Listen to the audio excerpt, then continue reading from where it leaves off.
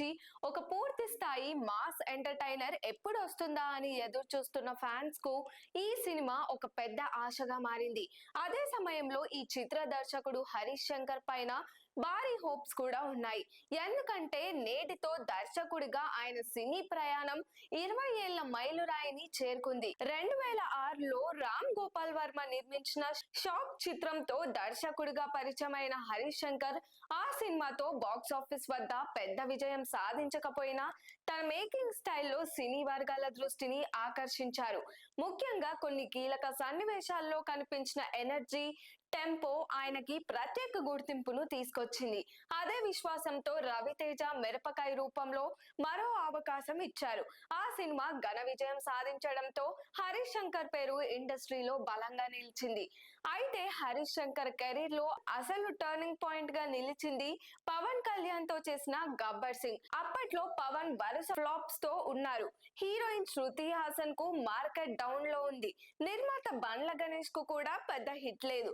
అలాంటి పరిస్థితుల్లో ఈ ముగ్గురు కలిసి చేసిన గబ్బర్ సింగ్ బ్లాక్ బస్టర్ గా మారి పవన్ కళ్యాణ్ ను తిరిగి మాస్ సింహాసనంపై కూర్చోబెట్టింది.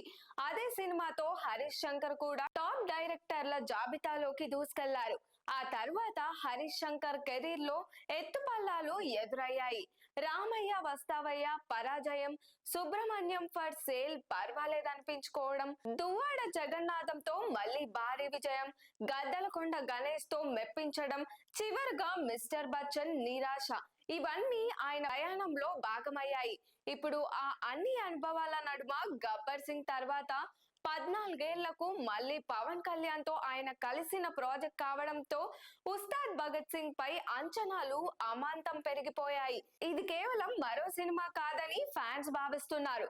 Pawan Kalyan screen presence, Harish Shankar mark dialogue, మా స్ట్రీట్ అన్ని కలిస్తే మరో గబ్బర్ సింగ్ తరహా మ్యాజిక్ రిపీట్ అవుతుందా అన్న ఉత్కంఠ అందరిలోనూ ఉంది. 20 ఏళ్ల దర్శక ప్రయాణంలో హరీష్ శంకర్ కు ఇది అత్యంత కీలక చిత్రం కావడం ఖాయం. ఈ సినిమాతో ఆయన మళ్ళీ కెరీర్ పీక్ ను తాకుతారా లేక ఒత్తిడిని తట్టుకొని మరో చరిత్ర సృష్టిస్తారా అన్నది చూడాల్సిందే. మరి దీనిపైన మీ ఒపీనియన్ ఏంటో కామెంట్ చేయండి.